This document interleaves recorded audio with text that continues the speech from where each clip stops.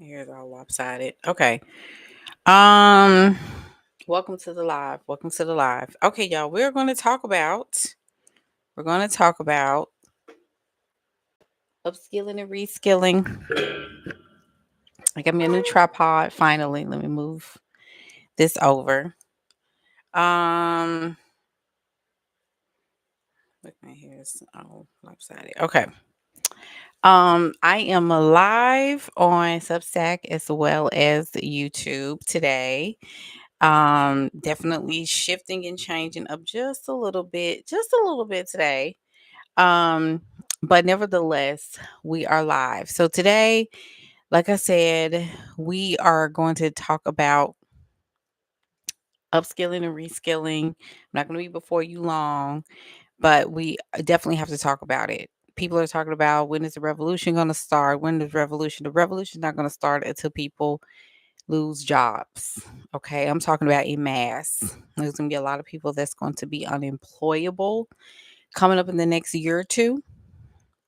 And that's when you're going to see all hell break loose, I think. Okay. I'm not saying that that's a plan, but I do know that when people lose their sense of meaning, okay, and unfortunately, work is tied to meaning. It is. Unfortunately, it is. Um, I'm just telling you. I'm just telling you. So I am going to break down. Um,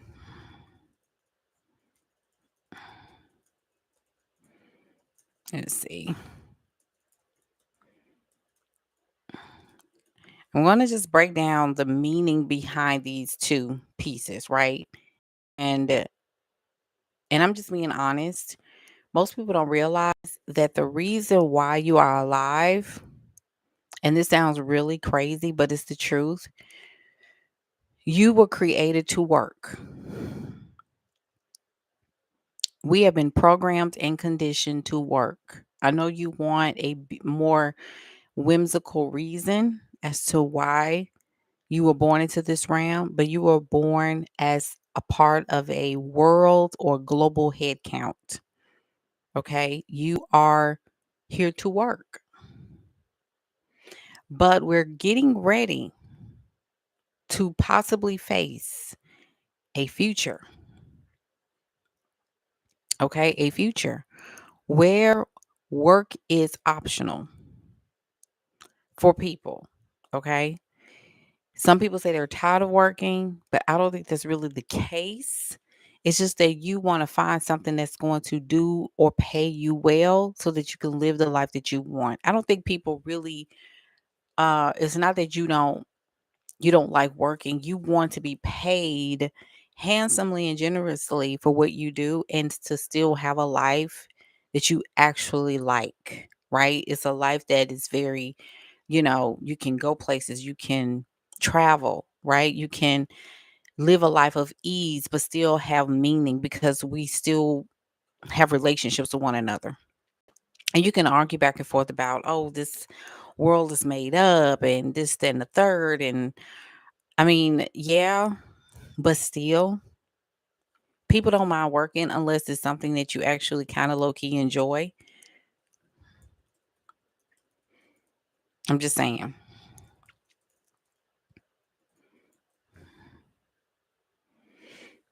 So, so when it comes down to why meaning and work are closely tied, meaning and well, work gives us some level of meaning.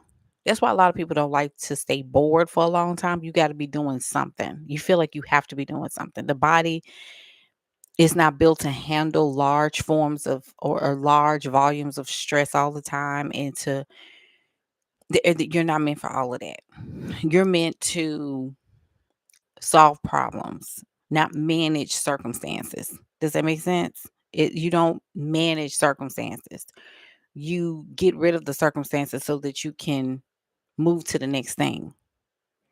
Some of us create our circumstances and we want to find people that's going to help us manage the circumstances. And that's just kind of backwards. Okay.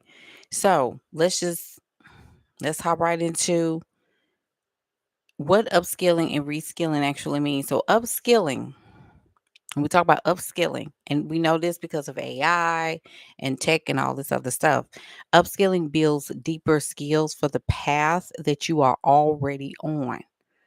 Okay. It builds deeper skills for what you're already, so whatever you're doing, you're just upskilling, right? You're just upgrading what you already know how to do. Reskilling is actually going in a completely different skill set. Like you're in a new path. You're pretty much replacing the skills that you have in the with the intent of doing something completely different, just about, right? So both sit at the center of retooling yourself. Just like right now, everybody needs to be using systems and AI tools in order to prepare for the new world that's before us. Upskilling, improving, and expanding the skills again that you already use so you can do whatever you're doing at another level. Okay. So if I'm let's say I'm a coach, but I want to, I already know how to create a course, right? But now I want to learn more gamification, and I want to learn how to use gamification and AI to take the course or the coursework that I do to the next level so that I can increase the quality of these courses. Reskilling. So, learning new skills, learning new skills to transition into a completely different role, like I said. So, if I'm a teacher that's, been teaching for years. Now I want to create or go into instructional designer role that is AI powered. So I'm learning new AI skills because I want to become an instructional designer of sorts, right? So I'm going from how do I stay relevant and earn more where I already am, because you already know that when you increase your skills, you increase your value. Did you know that? That's in anything. If you know how to do more things, not necessarily doing more things, but if you know how to do more things, guess what? Your value increases. Okay, your value increases. So reskilling is how do I pivot so that I don't stay tied to a role or industry that is slowly going away or shrinking. Does that make sense? So upskilling tends to be kind of incremental in so many ways. So you have courses, you have certifications, you have new tools that's layered into what you already know how to do well. And then reskilling is all about transformative and often includes bigger mindset shifts, paradigm shifts. Like you have to literally humble yourself to learn something completely new because it's different for you. Identity work. It's almost like starting as a beginner all over again. Like the past 2 years, a lot of us had to relearn how to like take away a lot of the stuff that we knew, but then also like we had to learn AI. So some people took, and this is no shade, like this is the truth. A lot of people had to kind of dip in their income so that they could learn AI, right? So a lot of people took courses, they started to binge on YouTube videos to learn AI and to learn how to do it in a very optimized way. So now that we're coming into the year where most of us have taken the time to upskill and to reskill, right? Now, a lot of us are learning how to coast in the skills that we acquired. So, in a post labor, because this is where we're going, ladies and gentlemen. If you're watching live, comment live. If you're watching a replay, comment replay. Let me know who's here. Hey, y'all. Hey, y'all, that's coming in. Um, let me just say, I'm just telling you. So, we're in. Hey, come on in. We are now going into what's called the post labor era. You have heard me say this a couple of times. We're going into the post labor era. Okay? Post labor. Post labor. Upskilling is learning to lead or co create with AI in whatever you're doing right now. So, strategy, prompt engineering, learning automations on how AI can help you, AI agents. We're about to move into artificial generative intelligence, AGI, data storytelling, layered onto what you already know and what you already do. Okay, that's upskilling in the post labor context. Reskilling, however, is preparing for value creation in a completely different way. Like you're doing something totally different. It is like you're learning how to completely automate your whole business, right? You're going from like marketing to systems facilitation. You're going into change leadership, change management in so many ways, right? So people are trying to adjust to change and you are leading the way of that, right? So many high level operators and creators, a lot of them are going to be doing both reskilling and upskilling in 2026. Upskilling to really stay on a competitive level, and then reskilling in parallel, because the next 3 to 10 years is completely identity pivot, like period.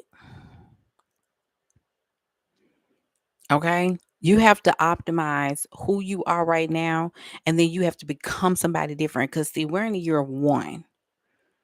Okay. Like, you got to graduate.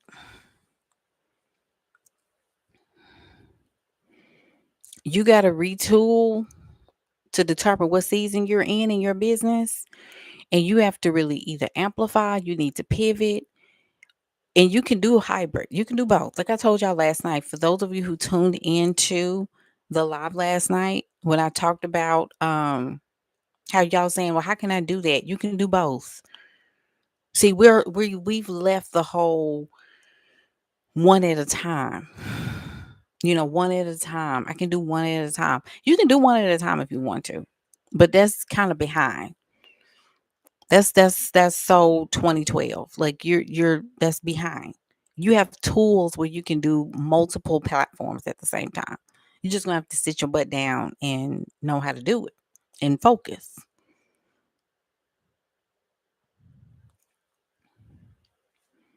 You got systems and tools. And if you're trying to say, well, I don't have much money, well, you need to make money. That's the whole point. Why aren't you need to be trying to make it? No one like that's just the bottom line. You're gonna have to make more money. You need a budget. There's no budget. Make more money. Okay. So upskilling, write this down. Write this down. Upskilling. When it comes down to upskilling, prompt engineering, you need to get better at that. You don't need to be generalized anymore. You need to get very precise with your upskilling with your prompt engineering. Automating multiple platforms. Be Harmony. You need to look at social platforms like Social B. You need to look at Metricool. You need to look at systems like that. They're like $12 to $20 a month. They are subscriptions, and I told people this year you have to create money so that you can make more money. And y'all, it's really just that simple. Like if you have multiple platforms, if you have Facebook, if you have YouTube, if you have TikTok, if you have Instagram, these like social platforms, they also have tools where you can automate or schedule your posts. And if you don't have that, you need to be at least on 2 to 3 where you can cross post. Like, for example, Facebook, you need to be able to have it pushed out, the content pushed out to your Instagram. If you have TikTok, TikTok and That's really about TikTok don't really do a whole lot of pushing out, but but anything that works together like that, like in under the same wheelhouse, like Meta, you can use that's what I said. If you don't have a whole lot, use what you have and optimize what you have. Like for example, if I'm gonna post on Facebook stories, that Facebook stories are gonna be pushed out to Instagram stories. Like kill two birds with one stone.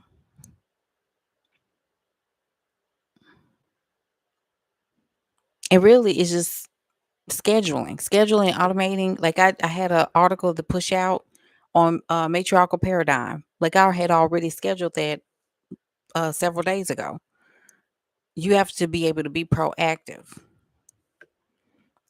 But prompt engineering, get better at prompts. AI workflow automation. So integrating tools like maybe Notion, ClickUp, Zapier, Claude, Cowork has now browser control to help you. I showed, ooh, excuse me, I showed a couple of my private clients yesterday about how Perplexity has browse control where it will do like it scheduled 30 posts for me on Facebook. I didn't have to do anything. I was able to go take Maddie some lunch. I surprised Maddie with lunch, and the thing was just doing it for me. So I had days of Facebook posts already done, and I didn't have to do it. I had a spreadsheet, and she was just pulling what I said off of the spreadsheet, and she put it on there, and she scheduled it for me, and I was able to go and take my baby some lunch. And I had to go run an errand after that and then come back home and the posts were done. The only thing was is that the last 3 posts, it was like it started to glitch a little bit, which is understandable because you still have to micromanage AI. Like you still have to manage it. So if it gets off or if it starts asking you questions over and over and over again, that means it's kind of like slowing down. And that's when you have to like guide it or take over from there. But the majority of work, like you wanted to do at least 60% of your work now. Like we're getting to that point. Like how can you allow AI to do more things for you? Like I wasn't mad that she started glitching around the last 3 to 5 posts because it was like 30 of them, I think. And I was not mad because that's 3 to 4 posts that I could just do it myself, but she did everything else. So people are reacting and commenting on posts that I wrote, but she scheduled them for me. Does it make sense? But Claude, if you are a Claude person, if you're a Claude person and you like Claude, Claude just implemented Claude Cowork. So if you're a Claude girly or a Claude person, they just implemented Claude Cowork. So now, even Gemini now just introduced something, a screenshot. I don't even know what it is. Let me look. Look. Let me look. Let me go look. They had an announcement. I just screenshot because I had to get on live. There it is. Okay, it's this supercharge Gemini with personal intelligence. Make Gemini uniquely helpful for you by connecting more of your Google apps, all while safeguarding your info. Listen, this is a beta feature and you can turn it off anytime. It's saying to find your next favorite, better recommendations for travel, shopping, and more. They love to do the travel thing, honey. And it says reach your goals faster. Tailor made plans and lists, answers adapted to your style, and more. Now, I'm going to click get started to see what she's talking about. Look at me, see what she's talking about. You can connect YouTube, Google Photos, search services, your Gmail, of course, your Google Drive, calendar.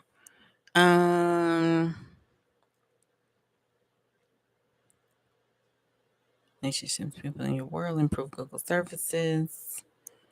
This is interesting. Okay, so it's connecting all of my apps to Google Gemini. So the only thing about Google Gemini is that it does not allow you to connect to your work emails. So like my digital lead, her emails, I mean my email it's not connected to that. So I had to make a whole nother like Coach J Butler Gmail account. Um I can't wait until it gets I don't know if they're trying to pilot everything before they roll it out to enterprise, but that's kinda where it's sitting. So they've already connected to all my stuff, person intelligence, so everything is for me. Um, so I guess I'll try it a little bit after I finish with talking to y'all. But everybody is like they're trying to keep up with each other. They're trying to keep up with each other. This is very interesting. So let me know how y'all use it. I would love to know how y'all use it and maybe make a new email. Yep. It's just it's really interesting.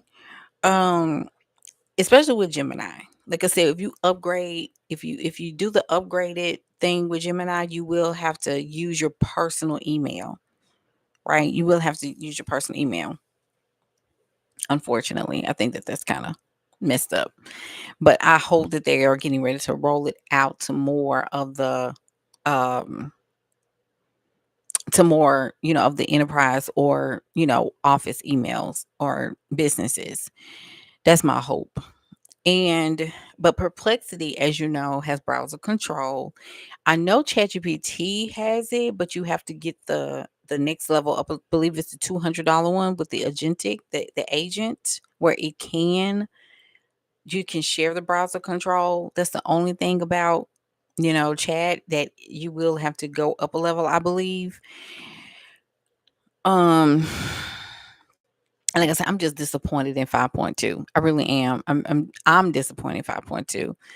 Um But let me go back to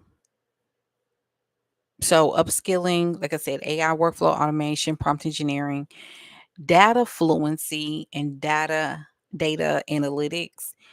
So your metrics from your social media profiles, viral hooks, posts that did very well. Um, Let me see here. How your analytics translated to the sales that you made. So when you upload your sales, where people came from, which is really important because you want to know where people came from in relation to or in parallel to where they came from. You want to make sure that like the output and the input is aligned, right? Um Human AI collaboration is also an upskill that you need to learn.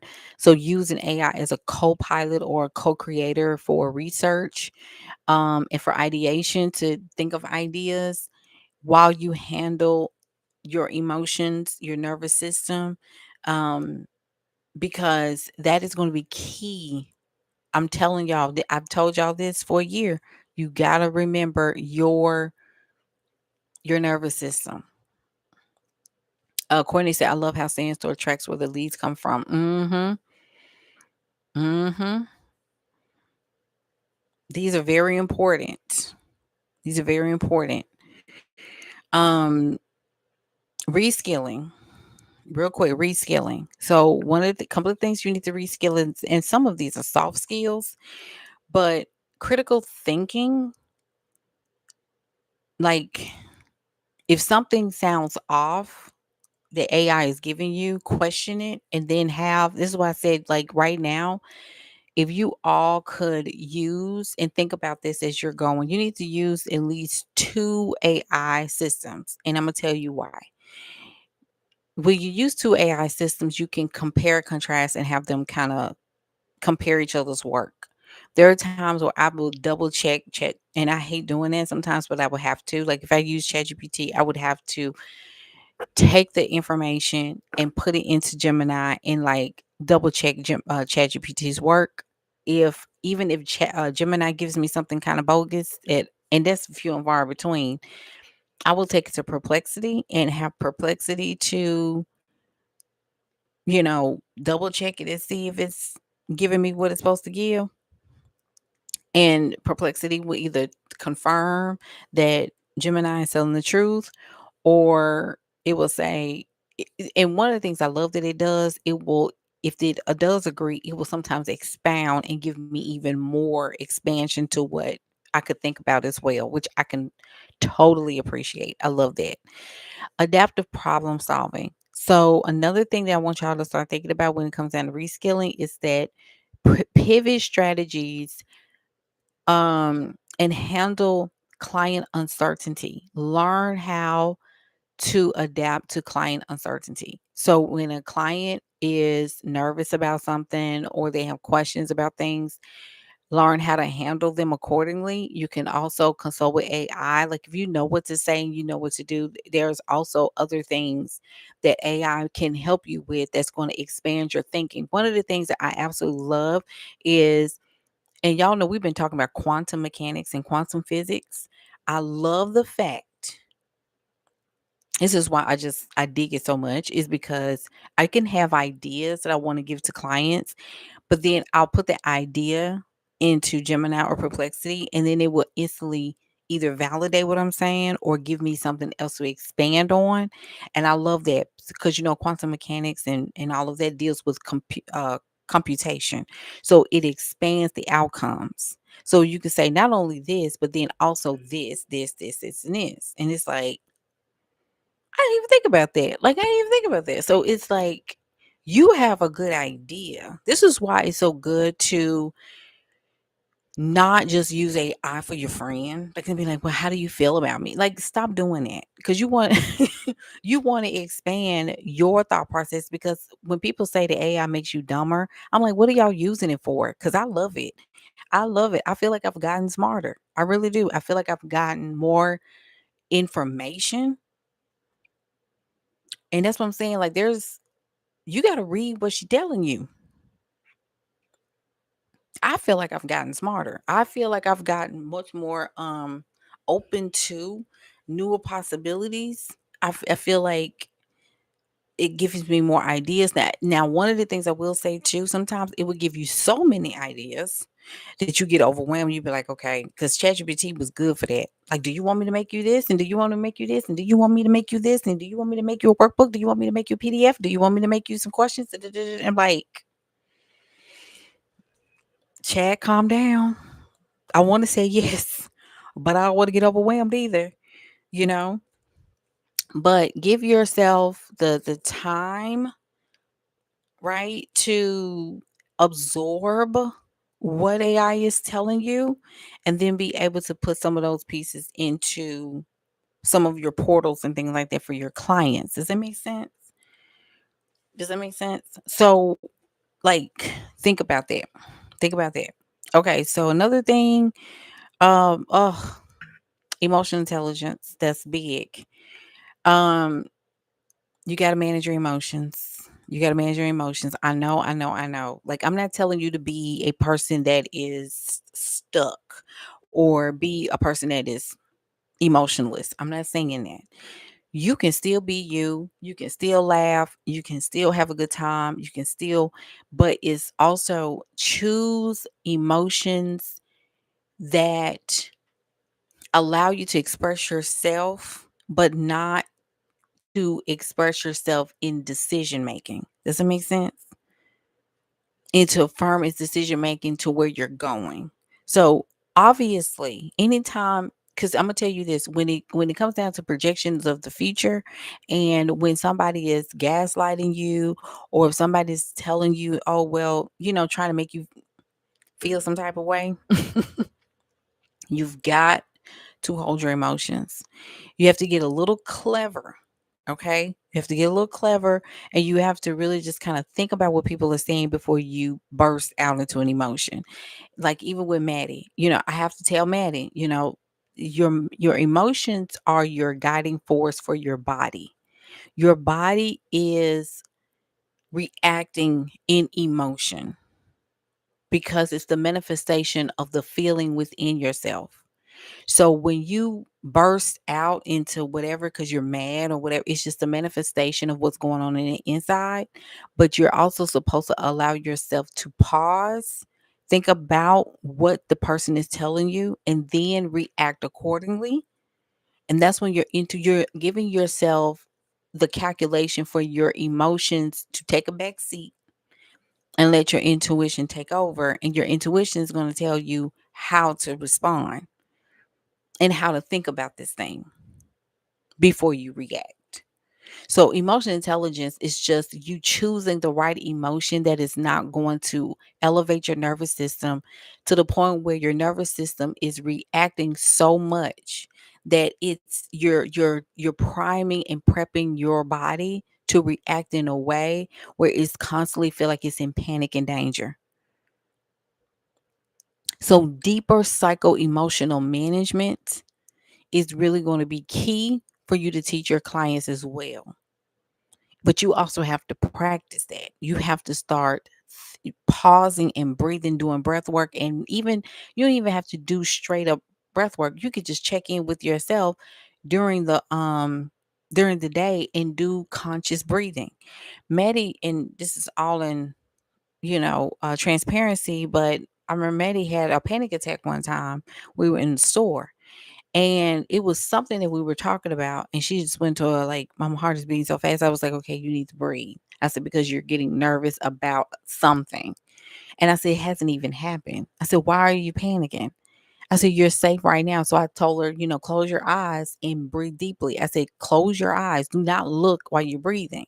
So I said, "You have to shut one of your senses off, right? So that you can concentrate on going inward. And usually your eyes are the best faculty to shut down to breathe, right? So when you breathe in, you allow yourself to go inward to control that your present state is fine. Like you're fine, right? And so she was like, "Mommy, that was good." And a man heard me. The owner of the store heard me, like trying to coach her into like breathing deep. And he gave me a deep discount. He was like, "Can you give these ladies a deep?" And I was like, "Okay, thank you." Because thank you, sir. So, and I was just trying to guide her. And it's coming from somebody who had to learn how to like deep breathe, right? Even at night before I go to bed, when I get up in the morning, before I even turn on that phone, you have to get the nervous system set and steady, especially with TikTok, especially with short form content, because you already know the algorithm is going to feed you some mess. That's a synthetic algorithmic, interest based setup. You don't know what when you turn on the thing, it's going to present to you things, and whatever you spend your time on in the morning, that is what is going to bring you more of. So if you are tuning into foolishness and mess and all the drama and trauma in the world, and you start looking at more of it, you are alerting your nervous system to tap into panic. And that's what you're gonna feel all day. Your body is just going to be used to it all day.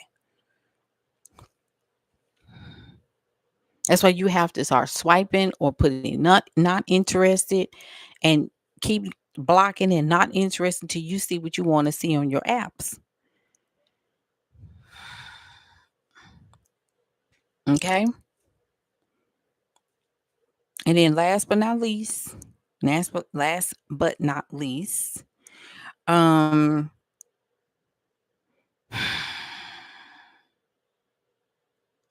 mhm. She said, according to that's why my phone stays on D&D until 9 a.m. Like text messages and all that kind of stuff. Mm-mm. Mm-mm. Mm-mm. Mm-mm. You have to protect your mind, that gate, you know. You have to protect the gate, you know. So really critically think X XY and try to go within. Try to go within, and your spirits don't always tell you. Pattern recognition is also really good because pattern recognition is a proactive practice. It's a reactive and proactive practice because, like I said, I knew that last year I was, going through all of the ups and downs of life last year, prepared me for this year. Because I said, pattern recognition, okay, now that this happened, now that that happened, now that this happened, how can I better prepare myself for what is to come this year? If something was to happen, How do I better prepare? So what happens is that you need to schedule out. You need to get all of your stuff together, and then you need to create. Also create a widget for Threads and TikTok that takes me straight to posting instead of scrolling. Yes. See, for me too, I love that coordinating for you.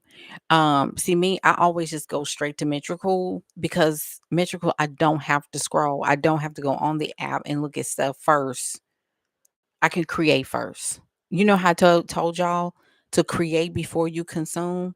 And I love that you go straight to the posting. You go straight to creating. Like I'm not going on here to consume before I create anything. I create first and then and consumption is targeted. Does that make sense? So that was really, really good, Courtney. I love that. So y'all have to start choosing how you're going to spend your day. Choosing what's going in your ear gate, in your eye gate, in your nose gate, all of that. All of that counts. Okay? All of that counts. You have to start being conscientious of what is going in your ear gate, what's going on your eye gate. That's very important because they want it.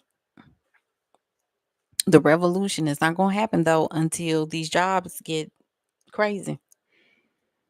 Even with all this going on, it is not enough until these jobs leave. Every industrial revolution change.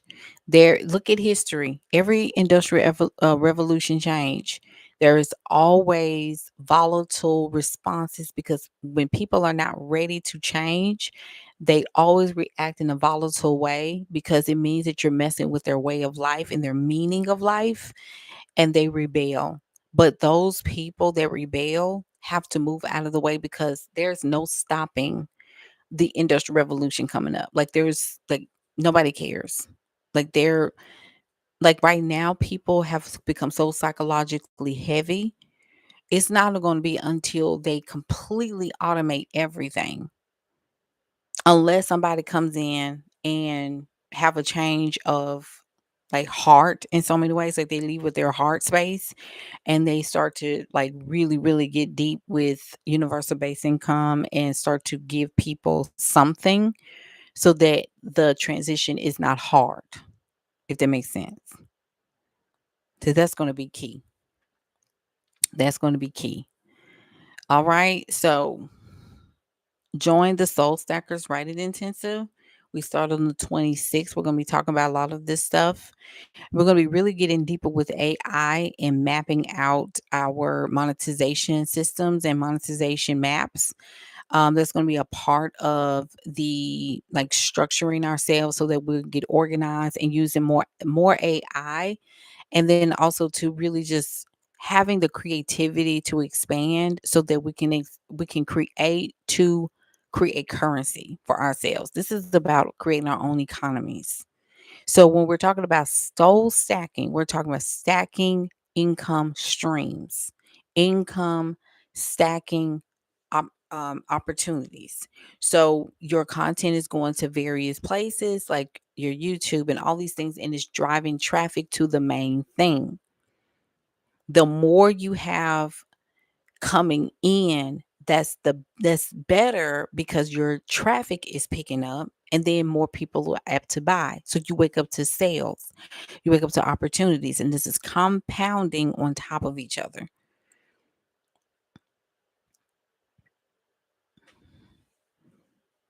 So I want people to start thinking about that instead of just kind of, you gotta you gotta you gotta lean in. You have to lean in. Okay. All right, that's all I got for y'all today. Today is what, Thursday. Today's Thursday. I know I'm not hype. Um this is a good one though. This is a good day. So trying to be more conscientious of time. Um and there are some days I might get on here and do an hour or two. It may be. But today I'm gonna give y'all your time back. It's got about 40 minutes in. But it's time to focus, time to lean in, time to get to the work. All right. Let me know if y'all have any questions. Come on into the Soul Stackers. I also have other resources on my stand store. And I will talk to y'all soon. We going on. Bye, Substack. All right. Bye, YouTube.